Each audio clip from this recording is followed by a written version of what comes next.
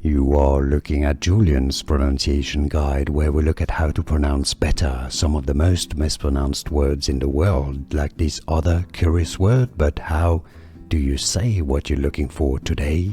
Let's learn once and for all how to pronounce the name of this Italian fashion house, fashion designer. If you want to learn more names of luxury brands that too many people get absolutely wrong, make sure to stay tuned. I've got them all here and you need to learn about them all.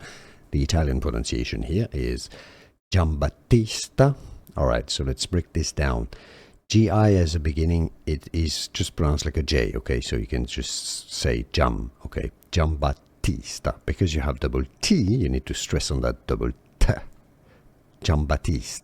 Giambattista, okay? Giambattista, alright? You got this? Giambattista Valli. Again, you have double letter here, double L, meaning that you need to make that L twice as long.